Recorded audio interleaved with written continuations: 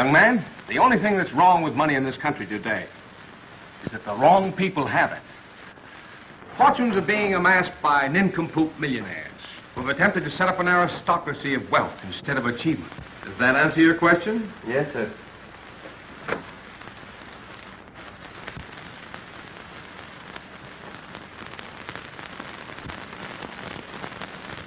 Oh, and while we're on the subject of nincompoop millionaires, it might be well to consider my plan for limiting the antics of their offspring by establishing a 90% inheritance tax.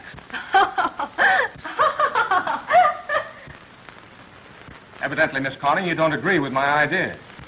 I certainly do not. How do you expect to pass the examination in this subject?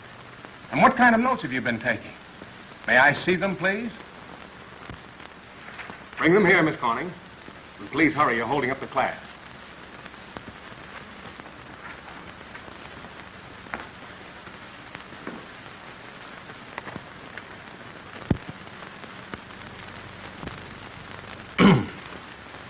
Thank you. You seem to have covered the subject completely.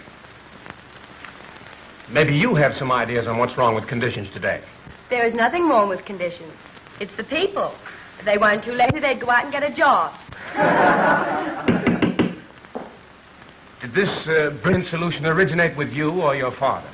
My father thinks the same way, too. Maybe that's what's wrong with the banking business. Corning, you'll certainly have to change those views if you expect to pass your examination and get your diploma.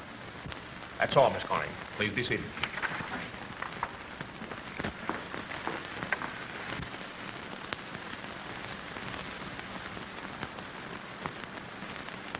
I won't allow you to make me the laughingstock of this campus just because I don't agree with your silly ideas on finance. My ideas on finance are the result of very careful study. And so are mine, plus experience. That's why I demand my credit for a diploma. What's a diploma to you? A mere whim. Maybe you'll be on the Riviera this summer, annexing some moth-eaten Balkan prince. Now, what were we talking about? My diploma. I must insist on your changing those marks. You must insist. The trouble with you, Miss Corning, is you have an exaggerated idea of your own importance, simply because everybody kowtows to you. I don't see you doing any kowtowing. And besides, is there anything wrong with me? Yes, there certainly is. You're what I'd call a campus menace. Menace? Yes, your influence on the young men of this university is demoralizing. How dare you? I don't mean what you mean. Just what do you mean? Well, young men in the classroom see a solution to the economic problem in you. What? Instead of marching progress through education, they figure they can end the depression by marching to the altar with you.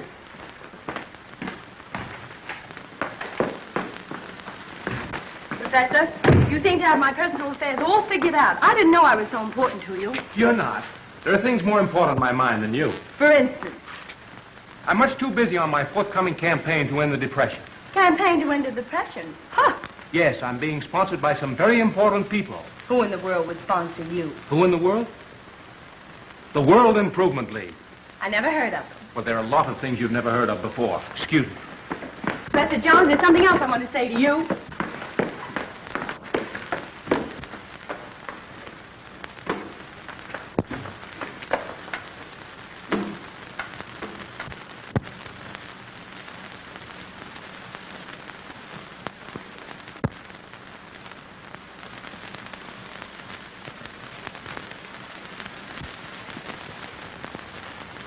Jones's conduct is outrageous. It's a disgrace to the university. You've done a splendid thing, Mr. Corning, in bringing this to the attention of the news. And I want to assure you that I'll use all the power of my paper in fighting this scoundrel. The moment my daughter showed it to me, I knew that fellow had to be squelched. Question: what is wrong with money? Answer: the wrong people have it. And sponsored by the World Improvement League.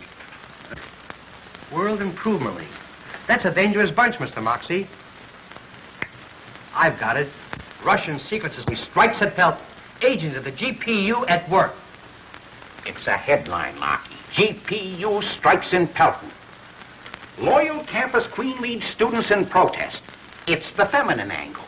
Mr. Moxie, I don't exactly like that campus queen idea. Might I suggest that we keep my daughter's name rather subdued? I don't agree with you. Miss Corning has done a patriotic thing which should result in this rascal's dismissal. But I don't want him. I want somebody to put him in his place. He's dangerous. He's a lunatic. Couldn't you force him to apologize? Apologize? Why, the man's refused you a passing mark because you didn't agree with his crazy doctrines. Miss Corning, I'm depending on you to assist Mr. Larkey. That will be a pleasure. Come on, Mr. Larkey. I'll see this red professor gives you a diploma. When the presses begin to hum, you'll hear the dying bones of Trotsky doing a kazatsky with the remains of Professor Jones. But I don't want to see the dying remains of Professor Jones. I only want somebody to put him in his place. Yeah, we'll do that.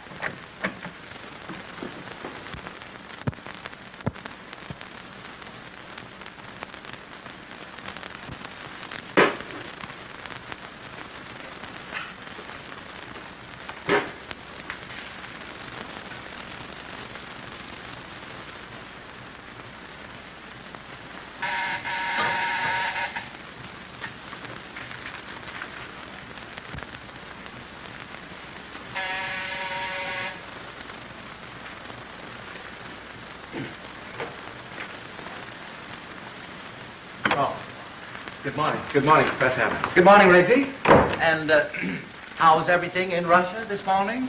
I don't want to hear about it. Oh, there's a very nice photograph of you on the front page, Reggie. You'd be delighted at this, really. How about a nip of vodka? Or a drink of music, or whatever they have on the Russian steppes for breakfast. If you want a cup of coffee, help yourself. But don't mention anything Russian to me. I never drank vodka, and I hate caviar. Tell me, Reggie, how did you come to pick on the richest girl in Pelton when you want to start a fight? Professor Adams, if you had to sit in front of that grinning face and expound your theories on finance, surplus, and distribution, you'd know what I've been up against. Did she disagree with you? Well, not in words. She just smiled and kept on smiling, with that sickening grin on her face. Like this. Oh, worse than that. When I mentioned what should be done with wealth, I thought the poor girl had some affliction of the face. Well, maybe she has ideas, too. You know, people with money generally do.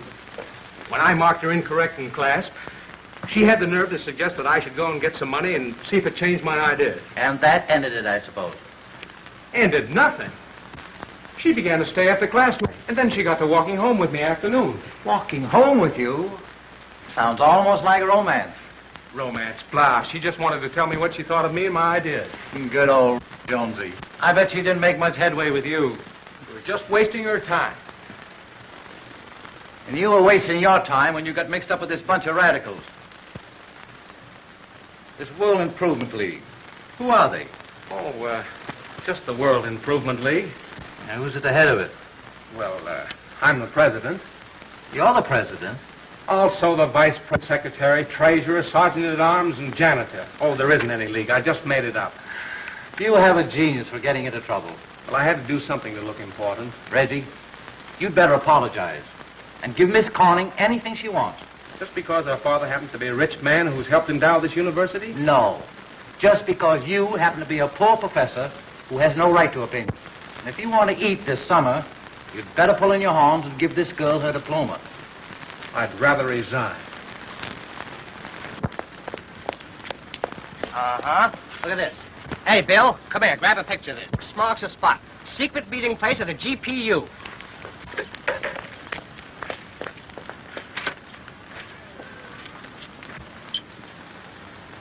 What do you think of a guy like this? They give him a beautiful place like this, free to live in, and he bites the hand that feeds him. That's gratitude for you. All right, Jones, now come clean. I want a story out of you. That isn't Professor Jones. There he is. Hey, wait a minute. Trying to get away, hey? Well, the news wants a statement from you in full. Now, wait a minute. Where did you first meet this guy, Trotsky? I met Trotsky at a Russian dance. There was blood on the snow. But we danced because we just murdered another journalist. Stop it, Reggie. Wait a minute. Look, He can't insult the press. Come on outside. He can't I insult want the Fourth Estate. I'll show you an estate right out here. Come on. Good morning, Professor. Nice day, isn't it? On the contrary, I just had a cable. It's raining in Russia. One moment, please. I represent the news. Self-satisfied, brainless, substituting money power for logic. How dare you? I'm referring to the news. Sounded personal, like something you said to me. Any slight observations I may have made to you while you were a member of my class were meant solely for the improvement of your mind. and have undoubtedly been wasted. Is that so? Why did you come here anyway? I came here on a matter of apology. Oh, so you're sorry now. Don't you think it's a little late after this underhanded assault on my character? I came here to give you a chance to apologize and explain your connection with this World Improvement League. I refuse to comment on the World Improvement League. You refuse to sever your connections with it? That's impossible.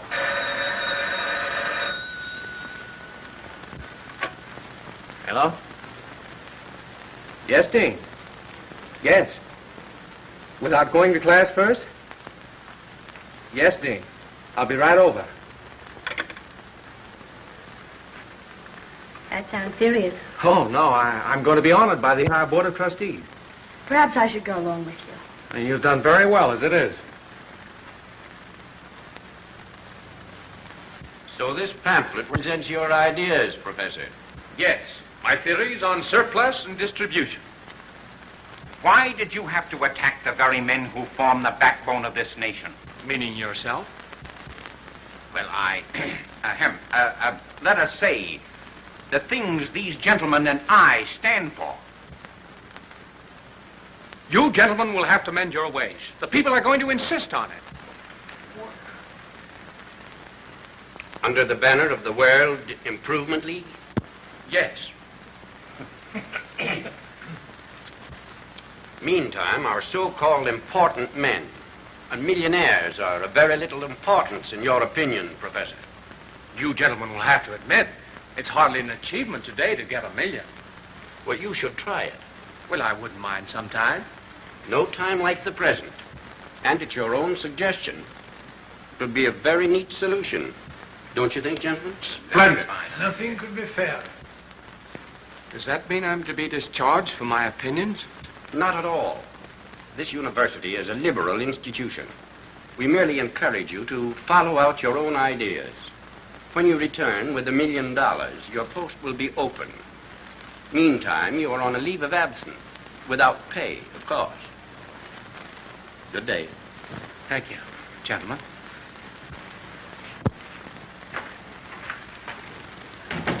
Well, that was getting out of a difficult situation very neatly. Thank you. I don't think so. I'm against letting him off this way. I'm going to see that he's trailed and his activities exposed. Conference over so soon? Yes, everything passed off very nicely. You're to get your diploma. Thank you. Oh, backing down, eh? I had to back down. You see, I'm to get $1 million. $1 million? $1 million for your ideas? Yes, for my ideas. Like a Nobel Prize? Well, not exactly, but I'm to get $1 million. Well, I can't believe it. that's what the board just said. And they meant it. Well, I wasn't exactly willing, but they insisted. Oh, boy, what a story. The professor's plan ends the depression. Will you go right on teaching? No, I'm to go on a leave of absence. Travel a bit and see the country. Will you be gone long? It's quite a while, I guess. Well, goodbye, Miss Corning. Goodbye. Where will your address be, Professor? The Ritz.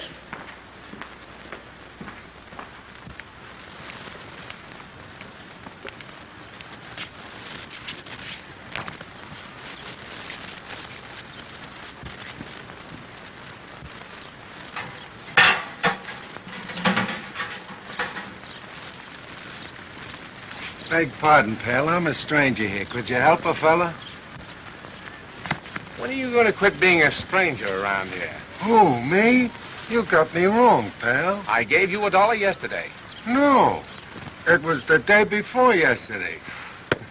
All right, Pete, I got you this time. What is it, officer? This man trying to panhandle you?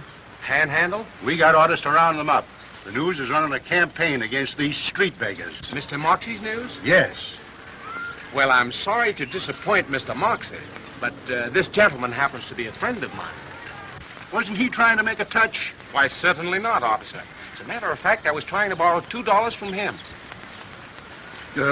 Sure he was, and I was just about to give it to him when you came along. Here you are. Thanks. Sorry, Professor. My mistake. That's all right. Thanks, pal. You're sure regular. Well, goodbye, Pete. Hey, Wait a minute. Where's my $2? I'll credit them to your account. Oh, you're only fooling, Professor. I'm not fooling, Pete. I'm out of a job, and I've got to get $1 million. This is a very good start. Say, that's the only $2 I got. You know, Pete, Oh, you couldn't be a panhandler, Professor. That takes technique. maybe you could teach it to me. Why don't you try some other racket? The other fields are overcrowded with millionaires. Your profession is the oldest on earth. Not a millionaire in it. Pete, you and I are going to form a merger. Okay, pal. Okay, pal.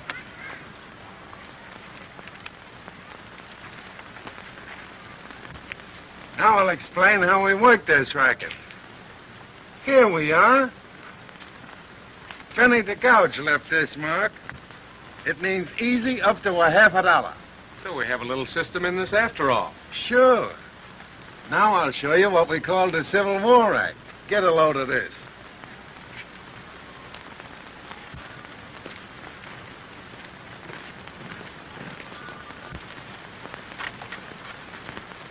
Could I mow your lawn for the price of a meal, sir? You're in no condition to work. Here's the price of a meal. Thank you, sir. It's all right, son.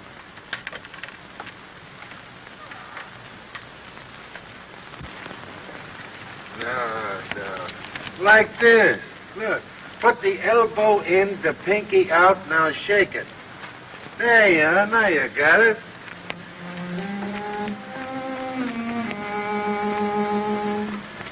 Come on, Professor. Well, wait a minute, Pete. I want to hear this blind man play. I'm afraid you have no soul for music, Pete. Why, this poor man's a genius. He should be playing in concert. Ixnay, pal. We're in the same racket. Hey, what's the matter, Pete? You trying to clear my act? Listen, Mooch, he's my pal.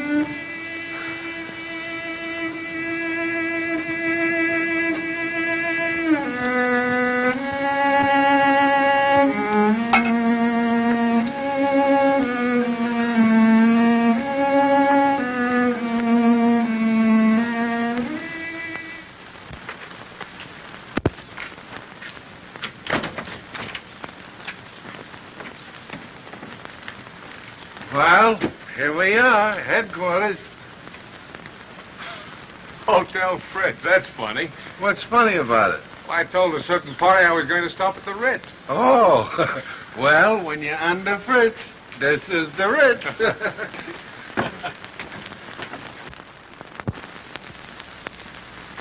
Say, maybe we can make a moocher out of him. No, he ain't got the personality. How about him doing the Civil War Act? Yeah. No, I tried him. He ain't so hot.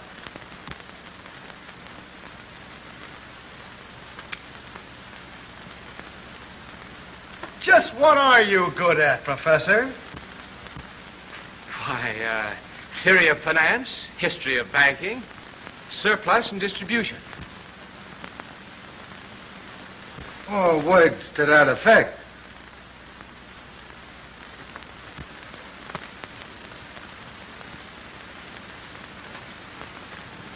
Too bad.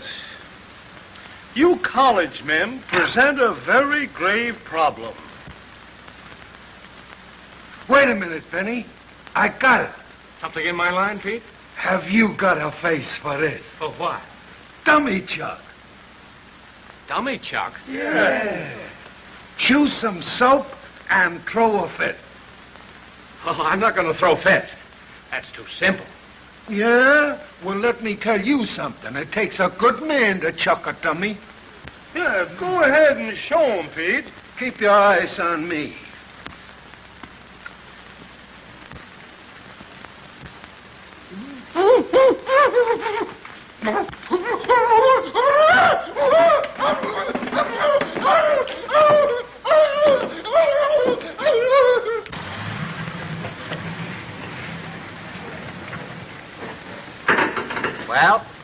are. What do you suppose he can be doing in a place like this? Maybe this is the headquarters for the World Improvement League. You just let me handle it.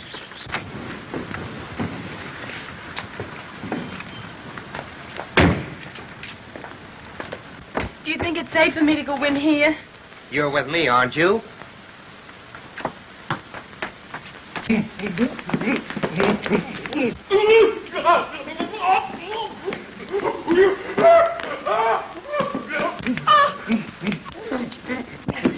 Listen, you get away from that guy. He's got hydrophobia. Oh, somebody do something. Don't stand there. Get him to a hospital. Why, good afternoon. Oh, are you all right now? Am I all right? How did I do, boys? Terrible. No technique. Professor Jones, what is the meaning of this exhibition? Why, I was learning to chuck a dummy. Is this another of your crazy ideas? Say, how about a little statement from you? Very simple. I'm to get $1 million, so I picked a wide-open profession. Huh. So you're going to turn panhandler, huh? Exactly. It's shameful. I thought you'd have more pride than to go begging for money. Well, why not? Everyone begs. Big business spends millions on billboards, newspapers, radio to beg the public. Please buy my coffee. Please buy my tea. Please, please. Try this and try that. It's all begging. Oh, that's different. They deal with the general public. And that's exactly what I'm going to do. Why, today there was $1 million in dribs and drabs passed out on the streets to beggars all over the country. At $1 a day, it would take you 1,000,000 days. Not if I can reach 1 million people a day, like big business. That's it. That's it. Advertise. Reach the power of the masses. Yeah. On a campaign, huh? I'm going to ask the people to make me a public millionaire to carry out my ideas. At $1 apiece, they'll never miss it. Public pen number 1.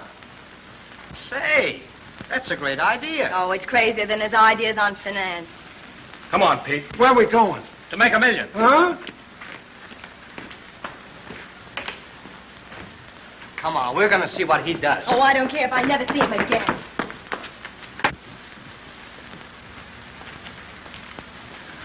The guy says you got to take out 10 words or pay another $1. I don't know how I can change a word. It's perfect as it stands. Certainly. Wanted 1 million people to give me $1 apiece to make me the first millionaire by public subscription. You'll never miss $1, and I promise to give you more for your money than any millionaire that ever lived. Address, Professor Reginald Q. Jones, Fritz Hotel. Now, how could I cut 10 words out of that? It sounds perfect. Say, that's a swell idea, Professor. You know, I almost feel like kicking in $1 myself. You surely don't intend to run that crazy advertisement. My intention has nothing to do with it. It takes $1 more than we got. If $1 is all that keeps you from making an utter fool of yourself, I don't see why I shouldn't help complete the job. Ah, the first of the million. Thank you. Settle our advertising account, Pete. Right. Say, that's a great idea, Professor. In the good old days, I used to run all kinds of campaigns to collect money. You know, the big clock in the park to show how the funds were going. I collected money for everything, from Belgium to homeless cats. How about $1 from you? Say, listen, why don't you stop kidding? I used to run these funds on a percentage. I like your style, and I know just what you need. Only from now on, kind of ease up on associating with guys like this. Why, you... I'm not taking you in on this, Lockie. Don't you worry. From now on, it's in the bag. I'll do everything. You wait till Moxie hears about this. Oh, don't tell him. He hates me. He'll spoil everything. Come back, Lockie. Oh, I'd love to take a sock at that guy. Yes, I know just how you feel. And I hate to tell you what else he said about you, Chief. I tell you, that guy's a menace. From professor to panhandler. From public benefactor to public beggar. He knew all about finance in college, but now, when he's on his own resources, he can't do anything but beg for charity. I'm going to make him the laughing stock of the nation. Yes, Mr. Moxie. Hold everything on the front page for a big box head and send me in a cartoonist. Open up the entire syndicate in the Associated Press. When I get through with him, 1 million people will be laughing at him.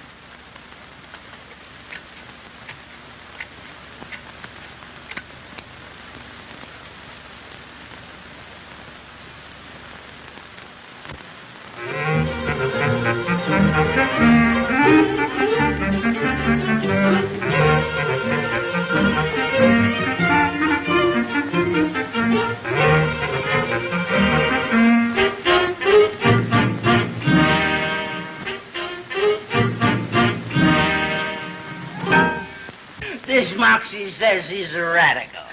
Well, I don't like Moxie. No. I'm going to send $1 to Jonesy. Me too. Here's a chance, girls, to catch a millionaire.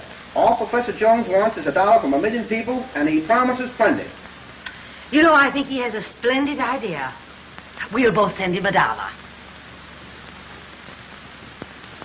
You know, my dear, I don't like the way Moxie picks on this poor, jobless professor. We're going to send him $1. Is it romance? Girl who caused Jones to lose professorship gives first $1 to make him millionaire. What are you going to do about that? I'm going to have him arrested. He ought to be put in a lunatic asylum.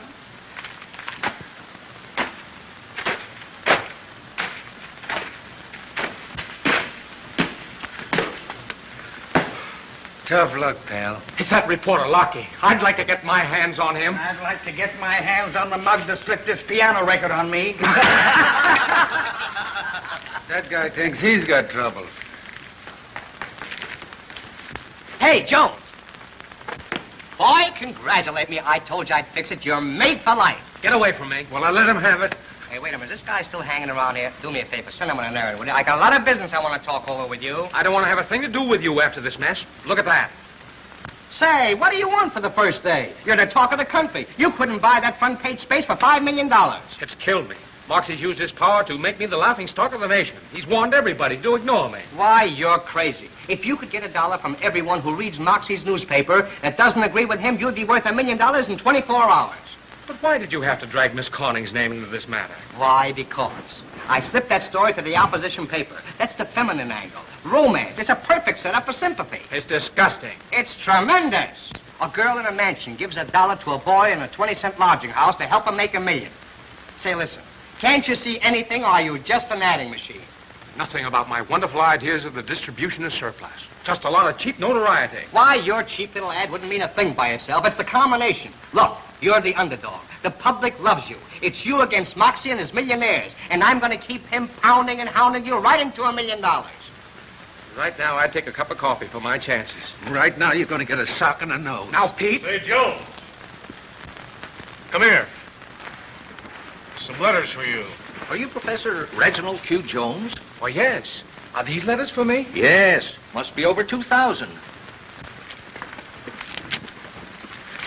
Why, here's $1. Here's another one. In less than 24 hours. What did I tell you? 2,000. Hey, wait a minute, you guys. Hey, that's Pete. Keep your fins off. Robbing the mails is 50 years. Oh, yeah. Help me open here. You started all this. I only wanted somebody to put him in his place, and you had to have him fired. Why don't you go to Florida, Europe, anywhere? Get away from all this. Do you think I'm going to let him drive me out of town? All right, sit down and be quiet. I know how to get rid of him. How? I've been in touch with Mr. Jones. He's coming here to see me. What does he want? Well, he's coming to see me on business, and that can mean only one thing. Money. Money? Yes, I imagine his price won't be very high. You're going to buy him off? A few $100 will mean a lot to him. Professor Jones to see you, Mr. Corning. Send him in. And you keep out of this.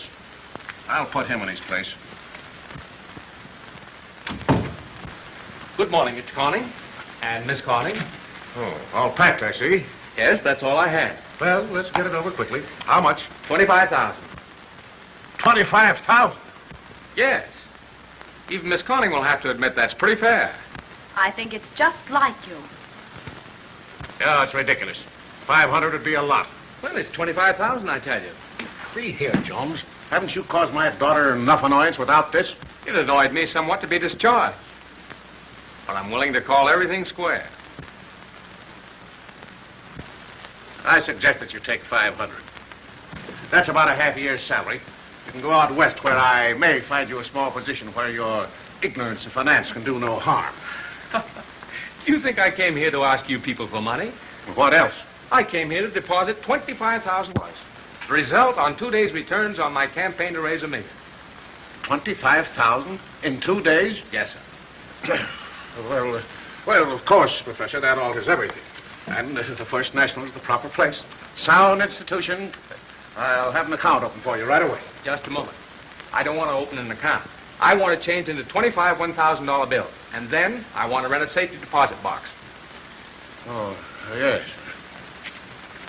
Yes, Mr. Corning.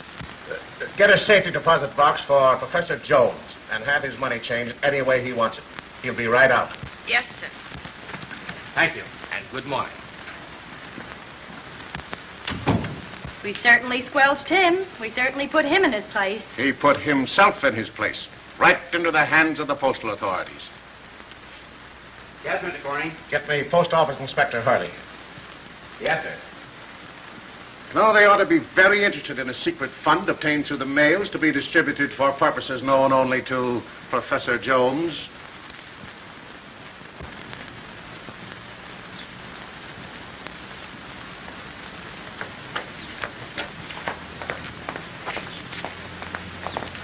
Hey, fellas, you're just in time. Look, grab yourself a flock of pictures and we'll spread this all over the front page.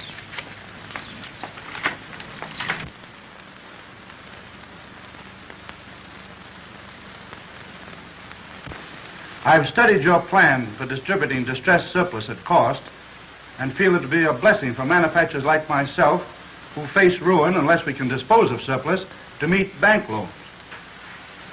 What is the actual labor and material cost of this to you, Mr. Travis? 90 cents.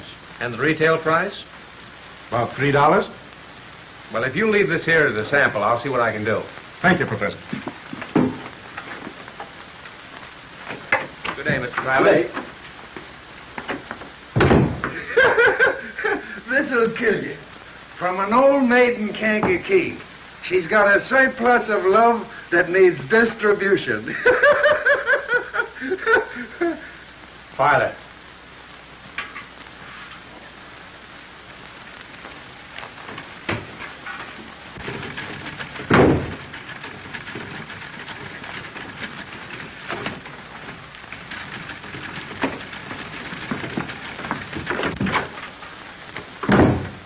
Listen, there's something up. I just saw Moxie and Corning downstairs with a couple of suspicious-looking characters. Well, I seem to be getting very important lately. Listen, any guy that's got nearly $500,000 is important. Where's Jones? He's busy in the private office. You got an appointment? Yes. Now, Professor, I've got to get a statement. I've been trying to get this interview for days. You see, our first... Oh, hello, Mr. Moxie. Professor Jones? Yes. I'm Inspector Hurley of the Post Office Department. Well, how do you do? Mr. Corning and Mr. Moxley have brought your activities to our attention, demanding we investigate your use of the mails. Well, I can assure you, gentlemen, everything's above board. You're using the mails to foster a radical fund. That's not true. Oh, no, boss. I've got the inside right. Oh, don't boss me. You're fired. You're in this with Jones. You have betrayed the news, and any man who will betray the news will betray the nation. Oh, you can see for yourself, Inspector. I've kept an absolute list of everybody contributing. And I haven't touched a dollar of the fund in accordance with my promise not to do so until the entire million is subdivided. Yes, but your advertisements promise more for the money than any millionaire that ever lived. And I intend to carry them out. How? By hiding money in a safety deposit box? That's my individual business. There's where you're wrong. No individual is allowed to campaign money by mail. It would be different if this were an organization. But this is an organization. I'm carrying out the plans of the World Improvement League. Well, is it a responsible organization? Oh, yes, they're a fine body of public-spirited citizens who are in absolute accord with my theories on the distribution of surplus. In that case, I would suggest that you bring your board of directors to meet the directors of the First National Bank on Friday morning. Friday morning? Yes? Yes. Meantime, you will withdraw the money from the safety deposit box, put it into a trust fund, which will be controlled by the bank, pending the outcome of this meeting. Very good, Inspector.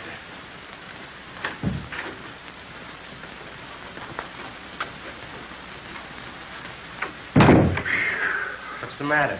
Don't let him get you down, pal. Boys, that's the finish. Huh? What? There isn't any World Improvement League. No? No. It's just a name I made up while I was at the university. To make people think I was important. There goes $500,000 right in the hands of the bankers. And we didn't even take cigarette money out of it. Well, we've got a lucrative profession still left, Pete. Wait a minute, pal. When the directors of the First National Bank gather around the festival board Friday morning, they're going to see the finest bunch of public-spirited citizens they ever saw in their life.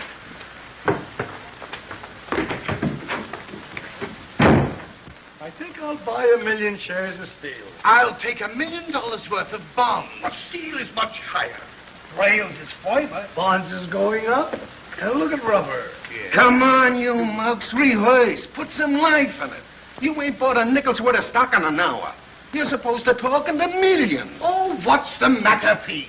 I thought we were doing pretty good when we sold them the Pennsylvania Railroad. Oh, you're terrible. I don't think you guys was ever in a bank. Who, me? I was almost in a bank once when the tunnel caved in. Yeah? Well, tomorrow you're going in through the front door for a change. And what worries me is what you guys is going to do when you meet the president. Oh, there's nothing to it. It's in the pillow slip. Yeah? Well, imagine I'm a big bank president, and you're one of them public-spirited citizens. You're a big shot, I'm a big shot. All right, now.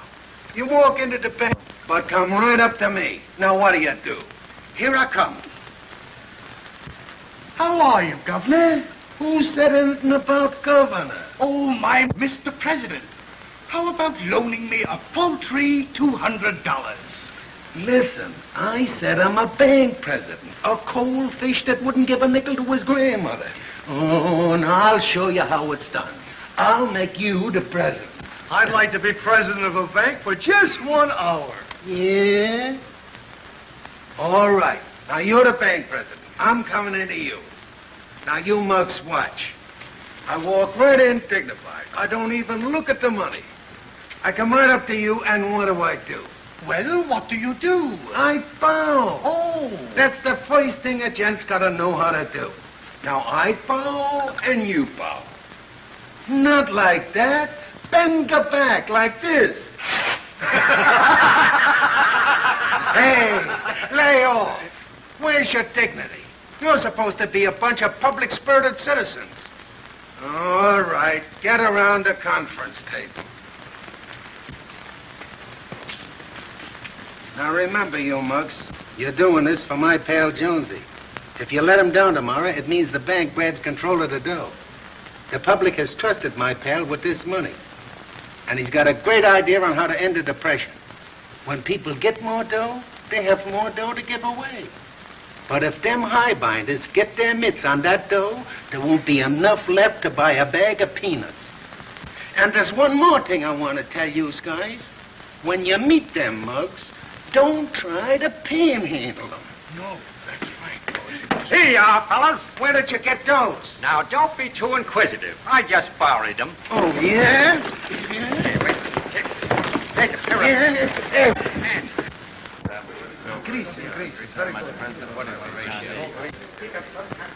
Well, Professor, your board seems to be getting along nicely. Oh, yes, they always do manage to get along.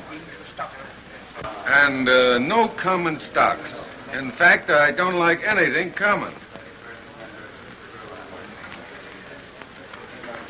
I haven't met you. My name is Smith. How do you do, Mr. Smith? Glad to have met you.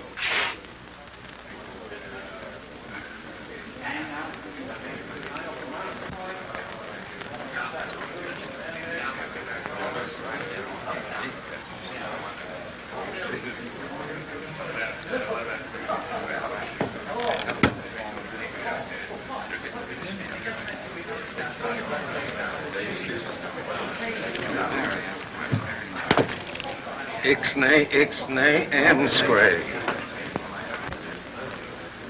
I beg pardon, Counselor. Our London delegate has forgotten his cigar case. Oh, that's too bad. It's all right. What kind of cigars do you smoke? Corona. You are? Thank you, Counselor. Oh, that's all right.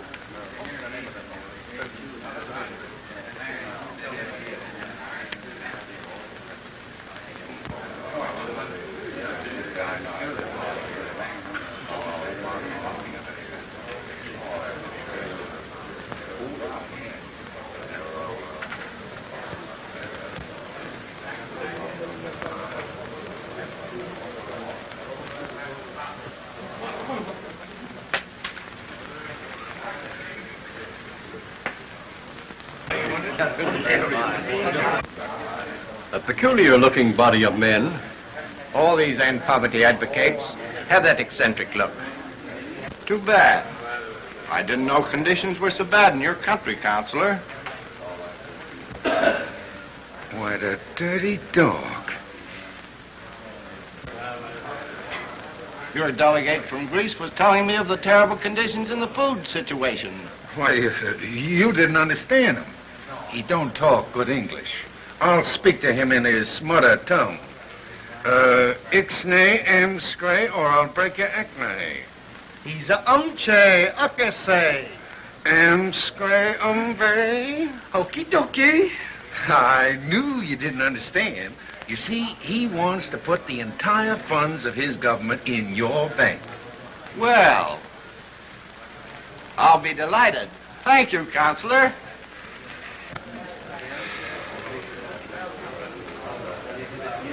Gentlemen, in my capacity as trustee, I would like to ask your opinion as to some investments for your funds. Now, first, let us consider the Eastern and Western Railway. Why, I don't like Eastern and Western. Well, why not? What's wrong with Eastern and Western Railway? Well, the road bed's no good. The ties are coming loose. Have you inspected the road recently? Every foot of it. Now, take the fancy. Now, there's the railway. I agree with the gentleman. We should buy Pennsylvania. All in favor? Aye. Certainly. And now, gentlemen, we come to the copper situation. Mr. Hawkins, what is your opinion of coppers? I don't want anything to do with coppers. You consider them unreliable? Well, I'd rather not take a chance with them. Those are my sentiments exactly. Righto. I don't like coppers myself. I suggest we avoid them entirely and take up the silver situation.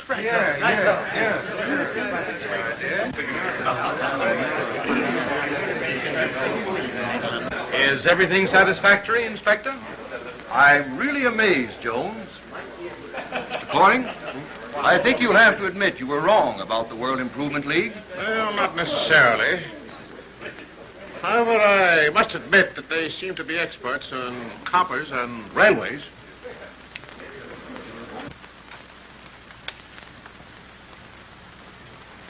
Well, if it isn't Miss Corning.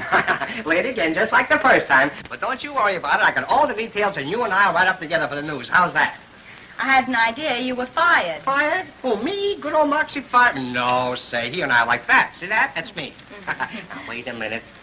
I wouldn't go in there if I were you. There's a very important meeting in there. You know, all the big shots. They might not like that. The World Improvement League? Yes. I'm really curious to see a fine body of public-spirited citizens who would approve Professor Jones's ideas. Oh, now, wait a minute. Why don't you and Jonesy call this quits? He'll soon be in your class. You know, he's almost a millionaire now.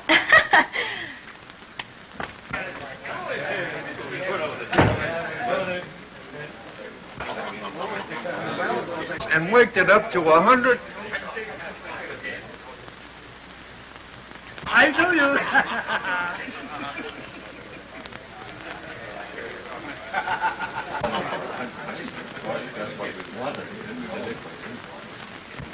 Irene, what is it? Are these the members of the World Improvement League? Oh, yes. What's funny about it? They're a bunch of panhandlers. How do you know? I saw them the other day. They all live in a cheap hotel at the other end of town. Their business is living by their wits. Professor Jones was with them when they thought of this idea of how to get money. Is this so, Jones? I'm afraid it is.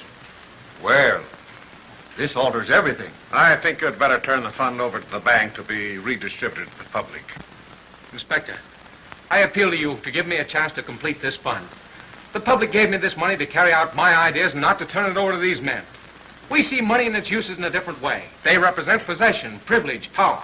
Well, there's something wrong with their ideas, and men like myself want a chance to try something different. Another brain trustee. Out of my way, I've been contaminated. What an insult. I'm going to recommend that this fund be impounded. This money was contributed on consideration of what you would do if you had $1 million. And you're short of that mark. But I can get this million if you'll only give me leeway to operate. I'll allow you 15 days. If at the end of that time the fund is not completed, I will order it distributed back to the public through the bank. Thank you.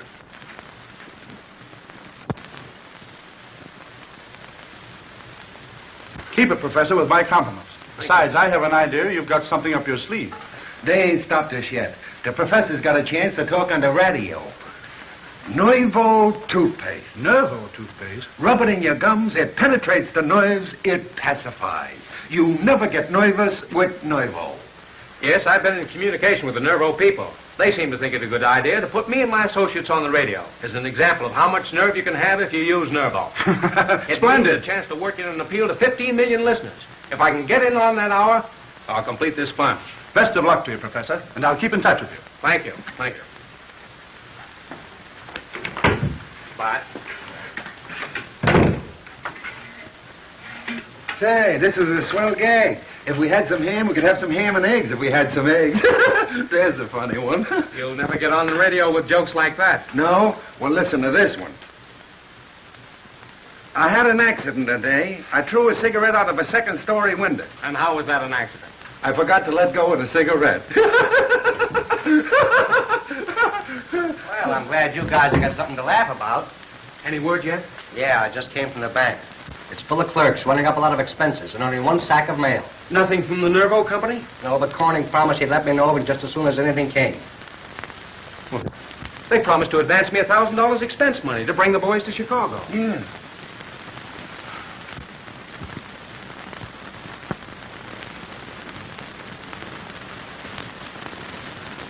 You'll have to give him that check. It's not a contribution to the fund. Don't worry, my dear.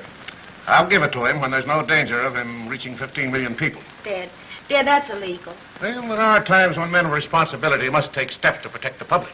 But it's a personal letter between the Nervo Company and Professor Jones. Well, we're handling all his mail now as trustees. What difference could it make sending him this money? He needs it. It might make a difference of $200,000 in eventual fees for handling this fund. Besides, the public must be protected. Fools like Jones have no right to money. Dad, this is the very kind of thing Jones has been saying about you. What did he say? He said that people like you, when they have some illegal thing to do for money, always find some high moral ground to put it on. Jones is a radical, a troublemaker. Besides, there's nothing illegal in what I'm going to do. I'm going to send this check back to the Nervo people. Dad, Eh? I quarreled with Professor Jones in class. He's responsible for his being discharged, thrown out on the street, because I believed he was wrong. And it's going to be dreadfully humiliating for me now to have to apologize. Irene, where are you going? So your old man's a crook. I've got to get that check from your father. He's already sent it back. But how are we going to get to Chicago? I have a roadster. Nix. A dame once took me out in a roadster to get me bumped off. Yes, how do I know this isn't a trick just to get me out of town? You'll have to trust me. Well, I don't see why you're going to all this trouble just on my account. Because I don't think you'll ever become a very good panhandler. Oh, so you think I'm a failure at everything? Hey, a telegram from Nervo. What does it say? In front of her? Well, that's all right. Go ahead. Read it. Expect you broadcast 8 o'clock tomorrow evening with your Knights of the Road, leading exponents of Nervo. Knights of the Road. That's my gang. 24 hours to get to Chicago and no money. We can make it in the car. But there's only room for 2 of us. What about the rest of the boys? Never mind about the boys. When them mugs make up their mind to travel, all the railroads give them service. Well, come on, let's go. So long, pal. See you in Chicago. Yes, good luck, Pete. Goodbye, Professor. Good luck, Lockie.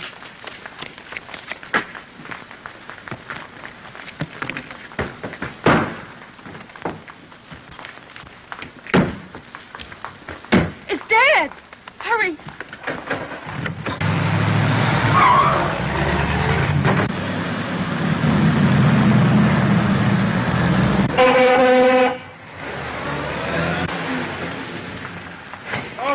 Officer! Yes, what is it? My daughter had just been kidnapped. Kidnapped. What's her name? Irene Corning. Give me her description. She's 20 years old. Dark hair, dark eyes, got a blue dress on. Calling all cars. Calling all cars. Be on the lookout for Miss Corning. Age 20. Dark hair. Dark eyes.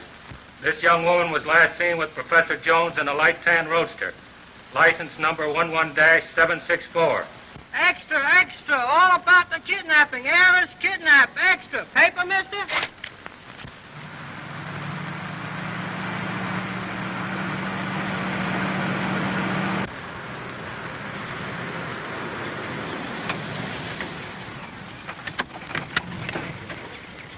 Well, I guess we lost him.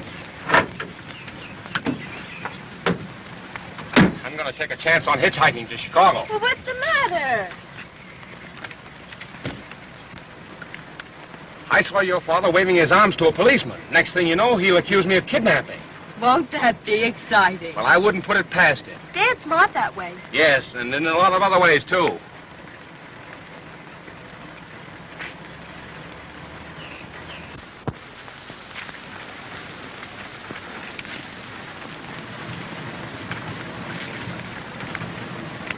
Want to lift, mister? Why don't you go back home? I wouldn't pick up just any man on the road, but you've got a nice, kind face. Will you let me alone? Ever since I've known you, I've had nothing but trouble. And that's nothing to what will happen if you don't get in this car. Nothing more could happen. Oh, yes, there is. If you don't get in this car, I'll tell them you did kidnap me. Oh, you wouldn't do that. I'm going to get you to that broadcast if it's the last thing I do. Reggie. Huh? That's your name, isn't it? I mean your human name, if you've got one. Looks like I'm being the one that's kidnapped.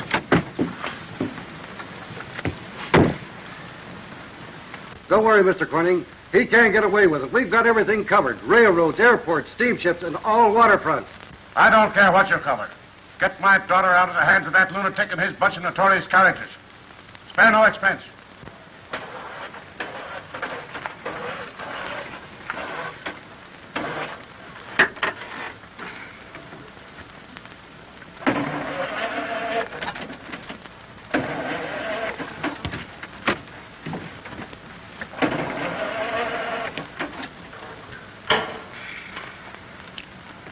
We're out of gas. Well, let's get some. Have you got any money?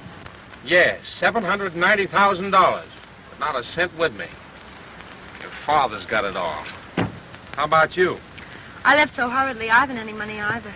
Oh, that's nice of you. Leaving me high and dry in the middle of nowhere. Oh, why should I do that? Well, I can't understand it unless you enjoy getting me into trouble. Try to get yourself out for once.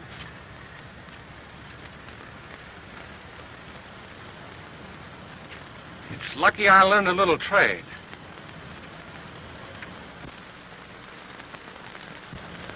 There's a house over there. Get a load of this. What's happened to your hand? That's what we call the Civil War Act. No man would make me mow lawn with a hand like this.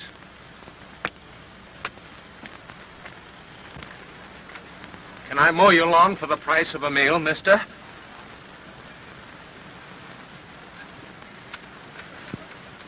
You certainly can.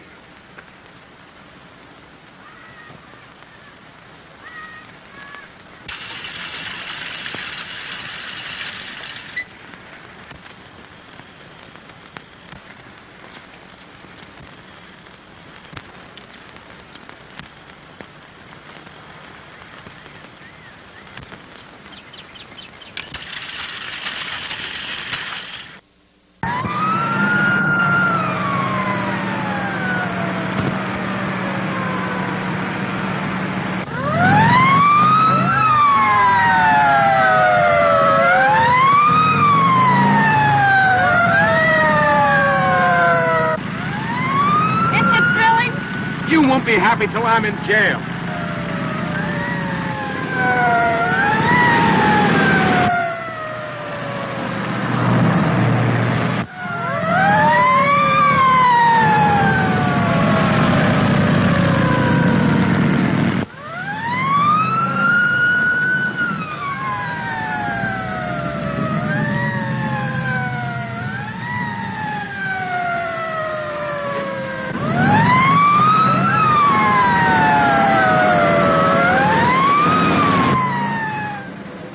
Reggie, I've never had so much excitement in all my life. I don't know why I ever let you talk me into this.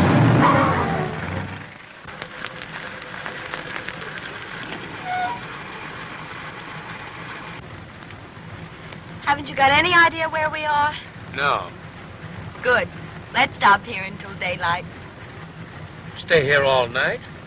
Well, why not? We've spent half the night in the car already. It isn't right. I feel perfectly safe with you. Huh? Well, why shouldn't you? I suppose it's because I'm not attractive to you. Yes, maybe that's it. Why don't you relax?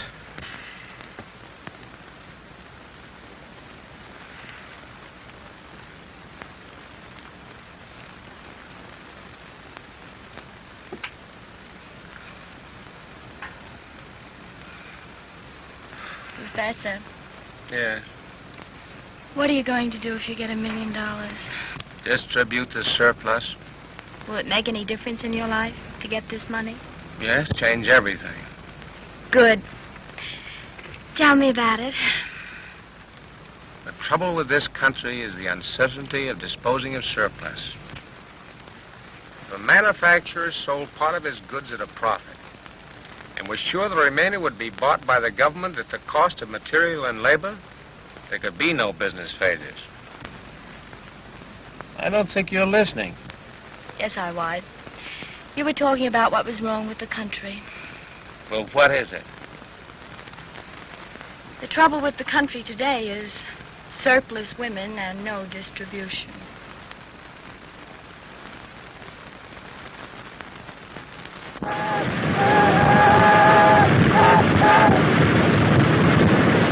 But I insist. I had berth 7 or 9.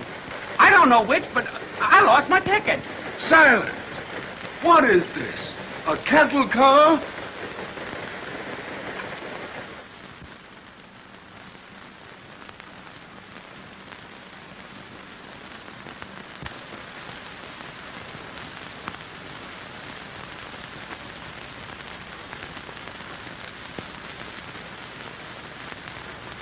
I tell you, Chief, there's no sign of Jones. We've been here since 5 o'clock. Yeah, we're right out here where you can see everything. The other actors are rehearsing. Okay, Chief.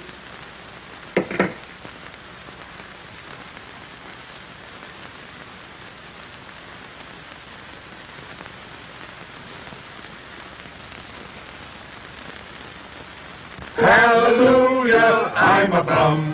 Hallelujah, bum again. Hallelujah, give us a hand out. Give us a pie, or give us a hand. Hey, I thought you told me you could sing. I could sing like a canary if them cops wasn't watching us. Oh, shut up. They can't hear us. All right, boys, we go on the air in 5 minutes. You come on after I finish my announcement. Okey doke. Oh, thank you.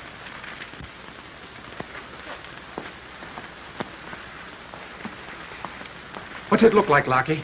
If you step out in front of that glass, you'll be like a goldfish in a bowl. You won't get a chance to say 3 words. I'll talk to those detectives and explain everything. Did you ever try explaining anything to a detective? Oh, can't you think of a way to get rid of them?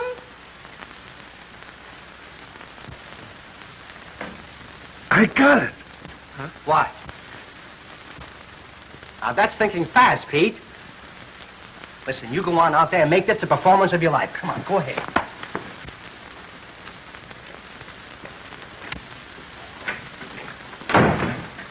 Quick, quick, got my wife. What's the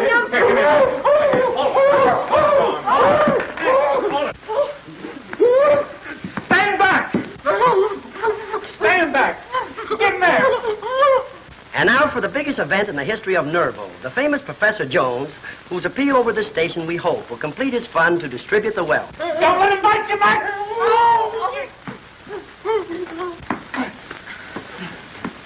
Ladies and gentlemen, you are listening to one of the most sought-after men in the country. As you probably know, I am wanted by the authorities for the kidnapping of Miss Corning.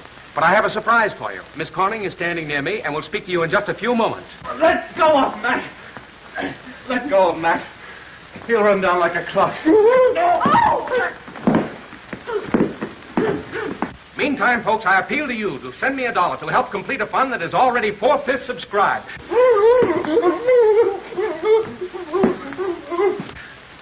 And in conclusion, folks, I promise to keep faith with all of you. You're under arrest, Jones. You can't arrest him. I wasn't kidnapped. Come on. There you are, folks. Only Nervo toothpaste could have given Jones his iron nerves to withstand this terrific strain.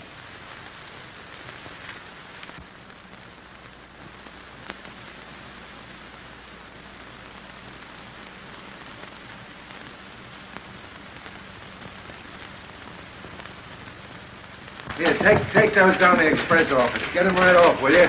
Hey, Penny, come here. Take those parcels down there. Okay, take them up.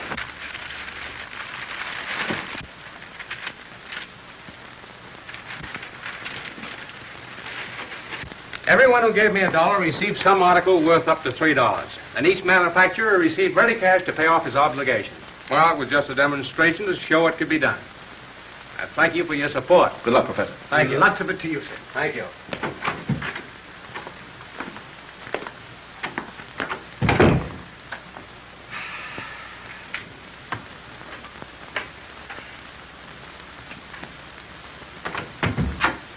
How's the millionaire this morning? Hallie just plain Professor Jones again. Why, if I wrote another check, I'd be put in jail. Well, you were a millionaire for a day. Now what are you going to do? Go back to Pelton University. They told me to come back when I made $1 million.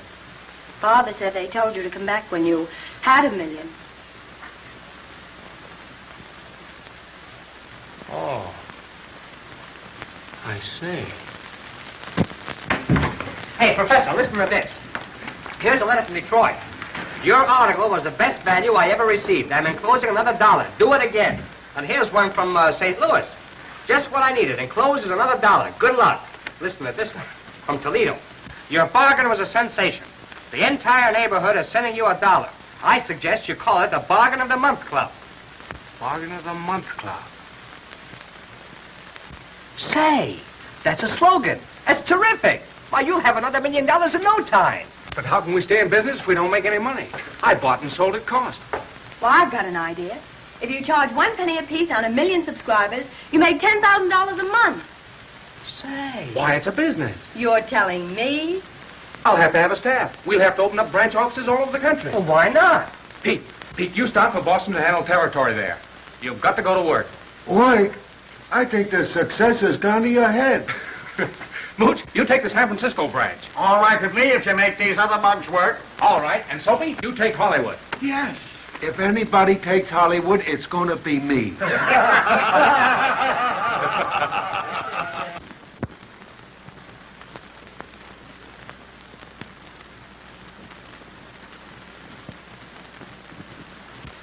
So this is your new office.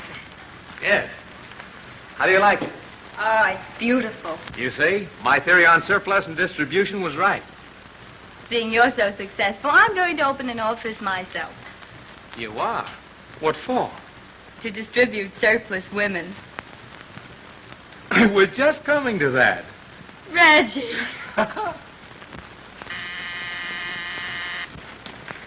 Yes, Mr. Jones? Yes, Mr. Jones.